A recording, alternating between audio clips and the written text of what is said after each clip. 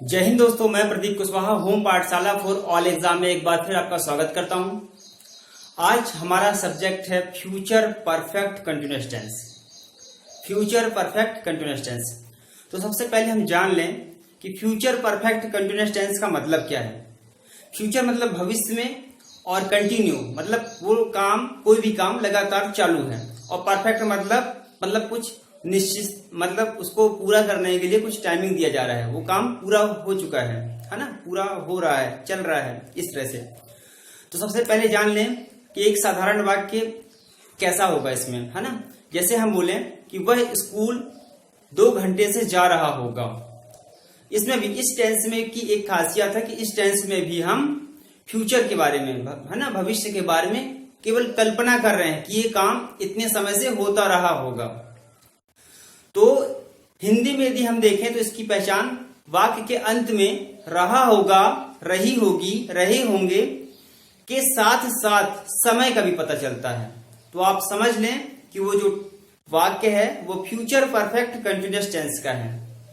और इंग्लिश में सेंटेंस को कैसे पहचाने कि ये टेंस जो है फ्यूचर परफेक्ट टेंस का है, तो उसके स्ट्रक्चर द्वारा हम इसे पहचान सकते हैं।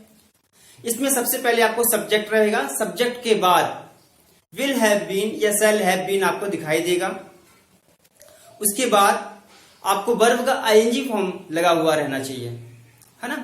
इसके बाद आपको सिंस या फॉर लगाना है, या ये चीज आप उसमें देखें कि है कि नहीं, और उसके बाद आपको टाइमिंग लिखना है। ये है फ्यूचर परफेक्ट कंटीन्यूअस टेंस की पहचान। इसके बाद हमें ये देखना है कि जो हेल्पिंग वर्ब विल हैव, है ना, will have been, shall have been है, ये कहां लगाना है। तो shall have been helping verb जो है वो आई और बी के साथ लगेगी। बाकी सभी सब्जेक्ट के साथ, जितने भी सब्जेक्ट हैं सभी के साथ विल हैव बीन रहेगा। ये चीज आपको ध्यान रखना है। सभी सब्जेक्ट मतलब ही, सी, इट, और जितने भी नाम हैं, मतलब कोई भी चीज, है ना, सभी के साथ आपको विल हैव बीन लगाना है। इसके बाद आपको देखना है कि सिंस और फॉर कहां लगाना है। तो सिंस यदि आपको निश्चित समय दिया गया है तो आपको वहां सिंस लगाना है, और फॉर यदि आपको अनिश्चित समय दिया गया है। तो निश्चित समय के लिए भी हम देख लेते हैं कि क्या क्या है। निश्चित समय जैसे दिन के जो पहर हैं चारों, है ना, मॉर्निंग, आफ्टरनून, इवनिंग, नाइट, यहां पे आपको सिंस का यूज करना है।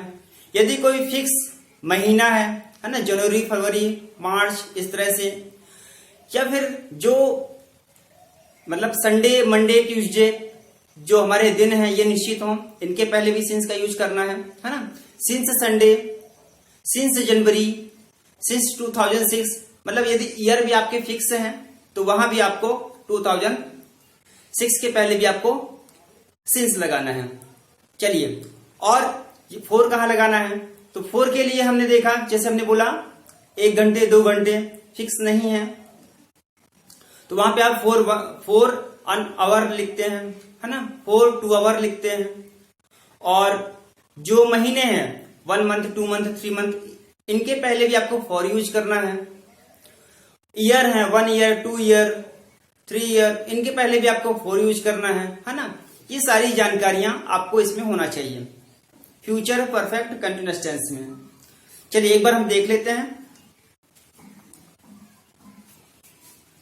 स्क्रीन पर फ्यूचर परफेक्ट कंटीन्यूअस टेंस। तो पहचान हिंदी में क्या है, वाक्य के अंत में रहा होगा, रहे होंगे, रही होगी, होने के साथ साथ समय का पता चलता है ना। तो हम समझ लें कि वो फ्यूचर परफेक्ट कंटीन्यूअस टेंस है। इसके बाद अंग्रेजी के वाक्यों का स्ट्रक्चर देखकर पता चलता है कि वह tense future perfect continuous tense का है। कैसे स्ट्रक्चर में, उसमें सबसे पहले आपको सब्जेक्ट मिले, उसके बाद विल ऑब्लिक शैल, विल या शैल रहेगा। इसके बाद हैव बीन रहना बहुत जरूरी है, हेल्पिंग वर्ब जो है हैव बीन, प्लस वर्ब का आईएनजी फॉर्म रहेगा, प्लस इसके बाद ऑब्जेक्ट, और आगे प्लस करके मतलब सिंस ऑब्लिक फोर, सिंस या फोर रहेगा। उसके बाद आपको टाइमिंग लिखना है। अच्छा, जो शैल हैव बीन है, जो शैल हैव बीन है आई और वी के साथ, है ना, आई और बी के साथ हेल्पिंग वर्ब जो रहेगी शैल हैव बीन रहेगा।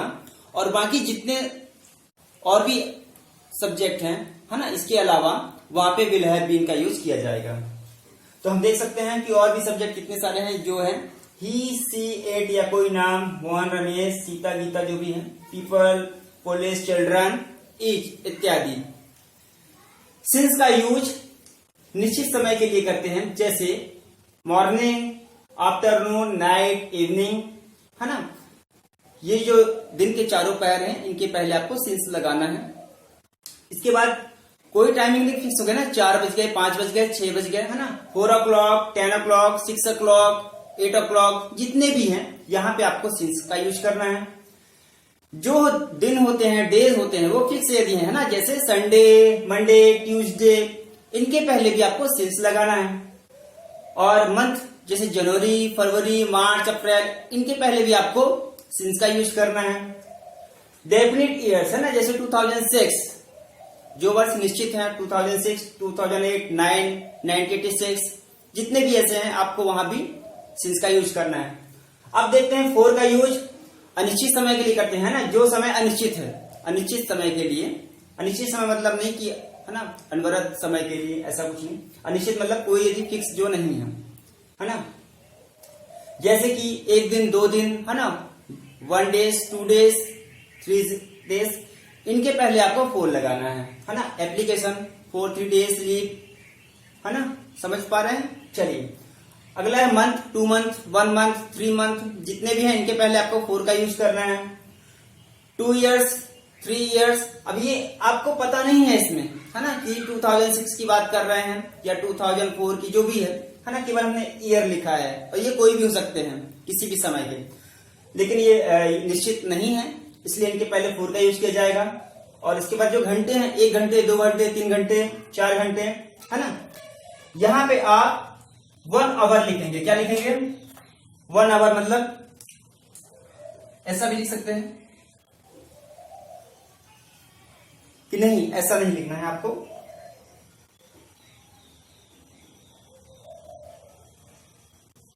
अन अवर, है ना, क्योंकि इसे यदि हमें 1 से बताना है तो वहां पे HOUR लिखा है, अवर पढ़ते हैं इसको, अवर, जो उसका प्रोनाउंसिएशन है वो है अवर, लेकिन स्टार्टिंग में आपको H दिखाई दे रहा है ना।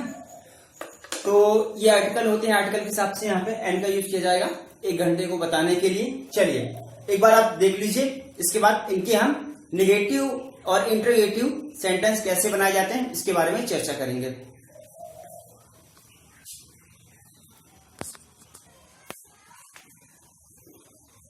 एग्जाम्पल के लिए दिए, इसका एक एग्जाम्पल,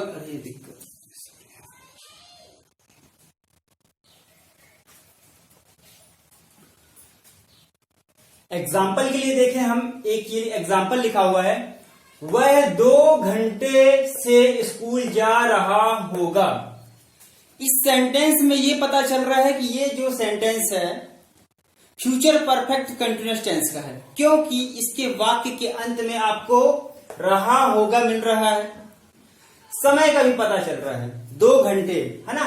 चलिए तो आगे देखते हैं, जब इंग्लिश में से हम ट्रांसलेट करेंगे तो हमने वह को लिखा ही, और ही है तो हमको पता है कि आई और वी के साथ, केवल आई और वी के साथ helping verb shall have been लगेगी, बाकी सभी सब्जेक्ट के साथ विल हैव बीन लगेगा।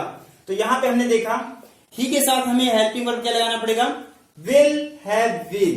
इसके बाद गोइंग टू स्कूल, हमने वर्ब का आईजी फॉर्म लगाया। इसके बाद टाइमिंग हमने देखा कि 2 घंटे लिखा है, 2 घंटे फिक्स नहीं है, कौन से घंटे फिक्स नहीं है, इसलिए हमने यहां पर इसके पहले 4 लगाया, है ना। यदि फिक्स हो जाता है ना, जैसे कि तो हमने देखा कि सबसे पहले हमको सब्जेक्ट हमने देखा ही है, इसके बाद ही के बाद जो हमने हेल्पिंग वर्ब लगाया है विल हैव बीन, इसके बाद वर्ब का आईएनजी फॉर्म हमने लगा दिया गोइंग। इसके बाद स्कूल 4, अच्छा 4 क्यों लगा है ये आपको ध्यान देना है, क्योंकि ये समय निश्चित नहीं है ना, 2 घंटे, तो हमने लगाया यहाँ पे 4 2 hours। आगे चलते हैं, वे 4 बजे से पढ़ रहे होंगे, इसमें भी आपको रहे होंगे वर्ड मिला, और इसके बाद आपको टाइमिंग में मिला कि 4 बजे से, है ना। तो ये टेंस जो है फ्यूचर परफेक्ट कंटिन्यूअस टेंस हो गया। चलिए इंग्लिश में से कैसे ट्रांसलेट करेंगे हम, तो देखते हैं। वे के लिए हम यूज करते हैं दे, है ना, दे मतलब वे।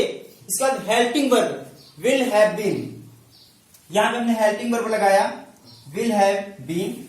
इसके बाद वर्ब का आईएनजी फॉर्म लगाया हमने, वर्ब का आईएनजी फॉर्म, रीड का रीडिंग, ये है।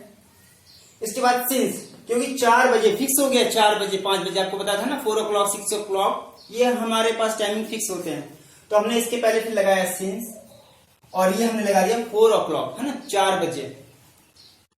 इसके बाद देखिए इस प्रकार के सेंटेंस को हम इस स्ट्रक्चर द्वारा बना सकते हैं, कोई भी सेंटेंस हो।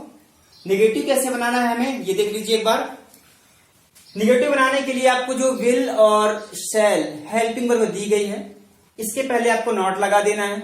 तो हमने यहां पे लिखा वह 2 घंटे से स्कूल नहीं जा रहा होगा, ही आपने लगाया, सब्जेक्ट है। इसके बाद विल, ये विल है, और इसके बाद हमने नॉट लगा दिया, विल नॉट। और हैव बीन जो है इसके बाद होना ही है, तो ये रहेगा हैव बीन। इसके बाद हमने गोइंग लगाया, वर्ब का आईजी फॉर्म, और टू स्कूल फॉर 2 hours। अगला देखिए, वे 4 बजे से नहीं पढ़ रहे होंगे। इस सेंटेंस में आपको फिर से दिखाई दिया रहे होंगे और टाइमिंग भी, है ना। तो आपने दे लिखा, वे के लिए दे यूज करते हैं, हेल्पिंग वर्ब विल लगाया, और निगेटिव है इसलिए हमने यहाँ पे नॉट लगाया, विल नॉट। और हैव बीन रहेगा, हैव बीन लगाया, वर्ब का आईएनजी फॉर्म रीडिंग। अच्छा, इसके बाद हमने सिंस, टाइमिंग फिक्स है आपके पास 4 बजे, तो आपने सिंस लगा के 4 o'clock कर दिया, ठीक है। चलिए तो अब हम देखते हैं कि आपने अभी निगेटिव बनाया क्वेश्चन, कि निगेटिव कैसे बनाते हैं।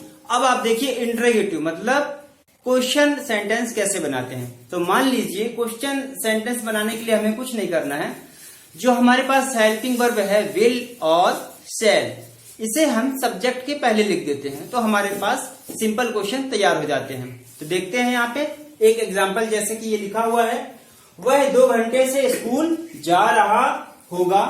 इसे यदि आपको क्वेश्चन बनाना है तो आप क्या बनाएंगे, इसमें क्या लगा देंगे, है ना। तो प्रश्न हो, इसका सेंटेंस हो जाएगा, क्या वह 2 घंटे से स्कूल जा रहा होगा।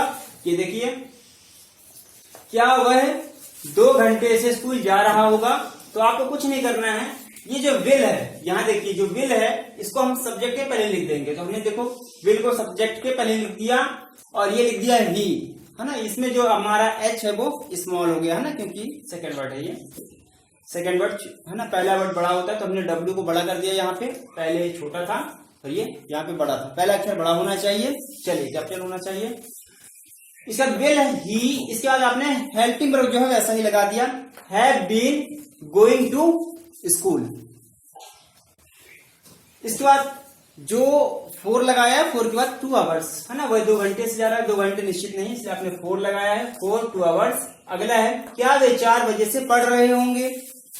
तो आपने यहाँ पे देखा, इसका होता है क्या, they will have been reading since 4 o'clock। लेकिन क्वेश्चन आपको बनाना है, तो जो हेल्पिंग वर्ब विल है हमारे पास है, वो सब्जेक्ट के पहले आ जाएगा। तो हमने यहाँ पे लिखा will they have been reading since 4 o'clock। चलिए तो ये हो गया हमारे पास टेंस खत्म हो गया इसके। तो आज से हमारा ये टेंस खत्म हो गया इसमें, है ना, फ्यूचर परफेक्ट कंटिन्यूअस टेंस खत्म हो गया। यदि आपको इस डाउट है तो प्लीज कमेंट कीजिए, है ना, उसको मैं आपको सॉल्यूशन देने की पूरी कोशिश करूंगा। हाँ, एक बात और, आज एक सुविचार है, सभी के लिए है ना, हर घर में और हर शहर में, हर देश में, सभी के लिए है कि जब भी आप टॉयलेट का यूज करें, है ना, तो टॉयलेट यूज करने के पहले और टॉयलेट यूज करने के बाद पानी अवश्य डालें। यूज करने के पहले तो बिल्कुल डालना है और बाद में भी डालना है ना, क्योंकि यार जब तक कोई टॉयलेट यूज नहीं किया होता तो वो सूखा रहता है और वो फिर पानी बहुत लगता है ना।